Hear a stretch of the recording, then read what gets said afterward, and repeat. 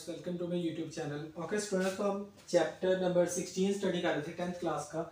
तो उसके अंदर अब हम नेक्स्ट टॉपिक की तरफ मूव करते हैं। तो हमारा जो नेक्स्ट टॉपिक है वो है investigating the properties of electrons. तो बहुत बेसिक टॉपिक है, सिंपल टॉपिक है। हमने करना क्या है कि हमने इलेक्ट्रॉन्स की प्रॉपर्टीज को स्टडी करना है, ठीक है। तो जाहिर बात है, इलेक्ट्रॉन्स की प्रॉपर्टीज को स्टडी करना है तो उसके लिए हमें एक इलेक्ट्रॉन बीम जनरेट करनी पड़ेगी, और इलेक्ट्रॉन बीम जनरेट करके फिर उसको हम एक दफ़ा इलेक्ट्रिक फील्ड में रख के देखेंगे उसका बिहेवियर, और फिर हम उसको एक दफ़ा मैग्नेटिक फील्ड में रख के उसका बिहेवियर चेक करेंगे कि वो कैसे बिहेव करती है। क्लियर है। तो यहाँ पर अब नेक्स्ट सबसे पहले तो हम ये सीखते हैं कि इलेक्ट्रॉन्स को हमने जनरेट कैसे करना है, इलेक्ट्रॉन की बीम को हमने बनाना कैसे है। तो यहाँ पर वही बात कहते हैं कि electron gun is used to investigate the properties of electron beam, कि इलेक्ट्रॉन बीम की जो प्रॉपर्टीज हैं उनको स्टडी करने के लिए जो हम इंस्ट्रूमेंट यूज करते हैं वो इलेक्ट्रॉन गन यूज करते हैं। ये आपके सामने मैंने इलेक्ट्रॉन गन बनाई हुई है। अब इलेक्ट्रॉन गन होती क्या है? एज यूजुअल मैंने आपको लास्ट टॉपिक में बताया था, इलेक्ट्रॉन्स को जनरेट हम फिलामेंट से भी कर सकते हैं। तो यहाँ पर हम टंगस्टन फिलामेंट लेंगे और इसको देंगे 6 वोल्टेज की सप्लाई, ठीक है। और इसी तरह इसको हम एक दूसरी एक्सटर्नल बॉडी के साथ अटैच करेंगे जिसको हम हाई वोल्टेज सप्लाई प्रोवाइड करेंगे।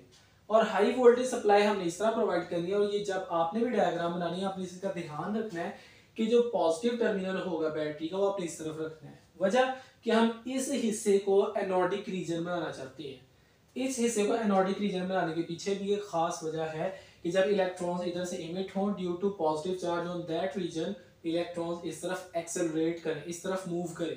क्लियर है।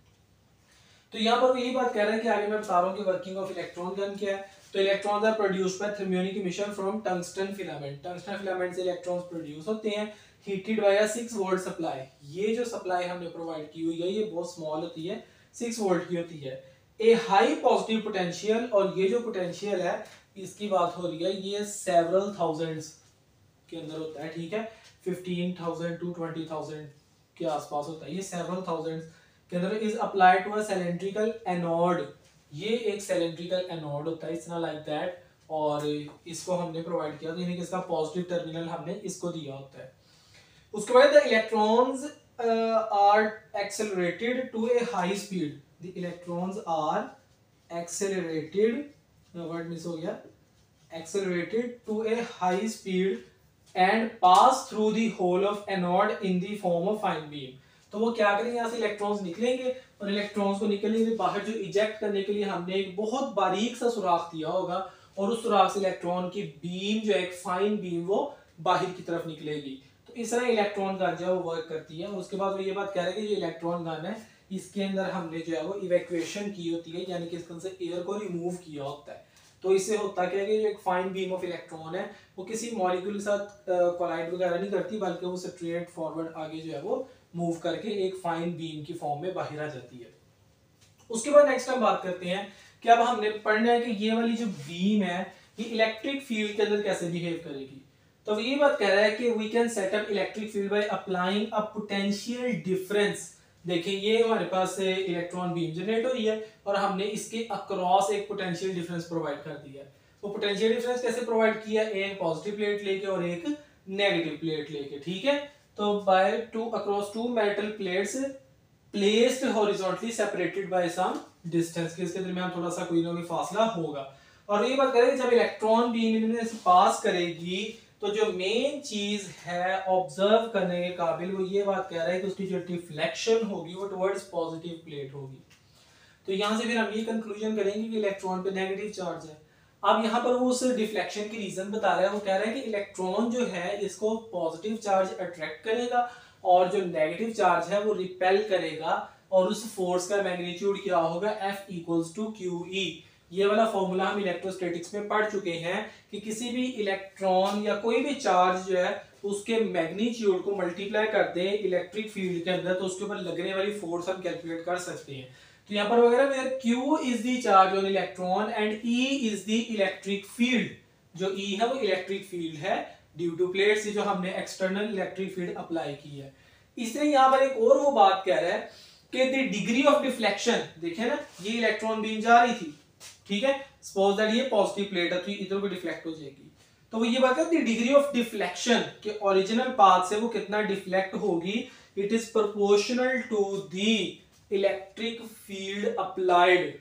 ठीक है, कि जो इलेक्ट्रिक फील्ड है जो हमने अप्लाई की है उसके डायरेक्टली प्रोपोर्शनल है।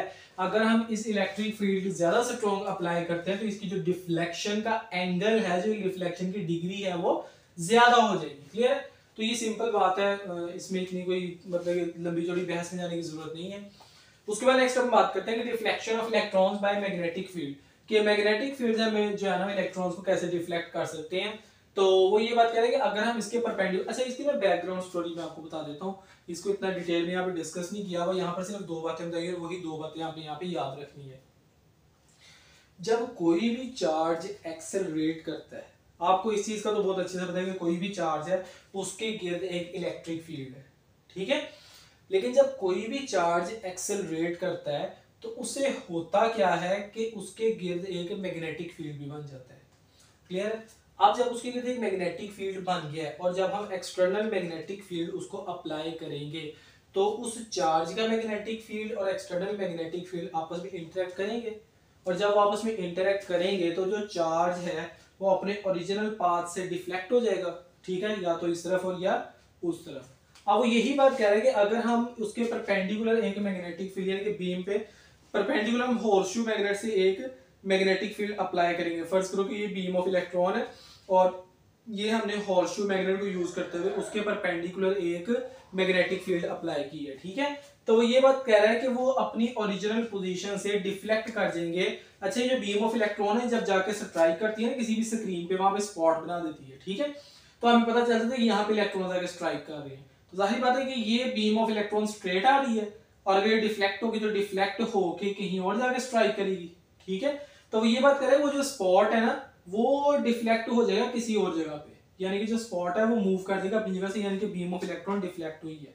लेकिन वो यही बात करें कि अगर हम मैग्नेटिक फील्ड को उल्ट कर दें तो पहले सपोज दैट कि वो डिफ्लेक्शन इस तरफ हो रही थी, अब वो डिफ्लेक्शन होगी इस तरफ, तो वो कह रहे हैं कि अब भी वो अपनी ओरिजिनल पोजीशन से मूव करेगा but this time in opposite direction. Clear है?